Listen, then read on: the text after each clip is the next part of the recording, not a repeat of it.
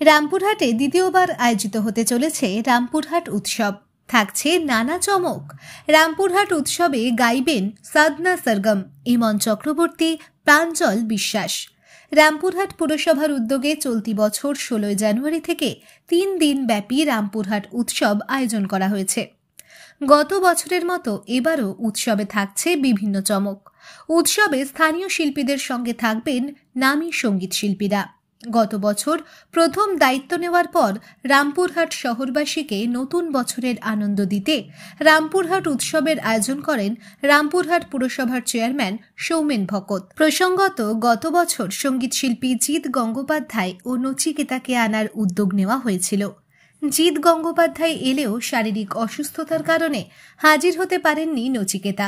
নচিকেতার বদলে এসেছিলেন বাবুল সুপ্রিয়।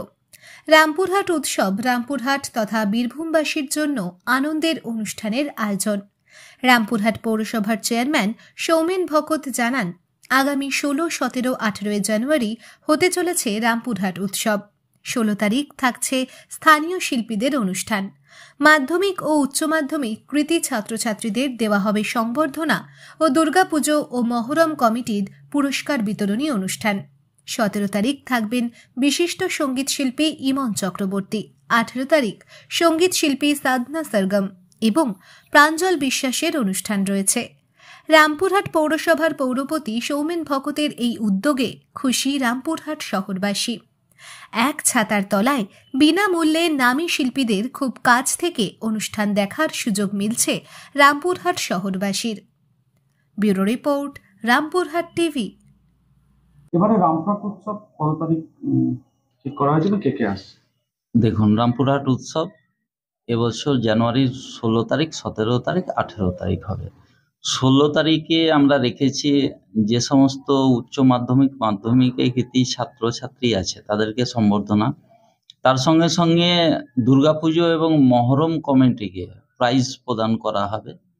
তারপর 17 তারিখে ইমন চক্রবর্তী পারফর্ম করবেন এবং 18 তারিখে প্রাঞ্জল এবং বোম্বে থেকে সাধনা সরগম, এই দুজন 18 তারিখ এখানে পারফর্ম করবেন।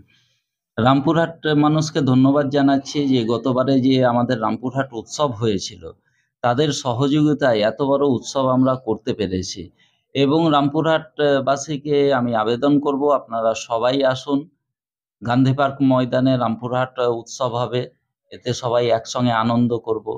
রামপুরহাটবাসীর কাছে আমার আবেদন থাকলো, সঙ্গে সঙ্গে আমার বীরভূমবাসীর কাছেও আবেদন থাকলো, যারা দূর থেকে দেখতে আসবেন তারা অবশ্যই আসবেন। এটা পৌরসভার উদ্যোগে হচ্ছে এবং সম্পূর্ণ বিনামূল্যে সবারই প্রবেশ অবাধ। আপনারা আসুন, পৌর উৎসবের আনন্দ নেন।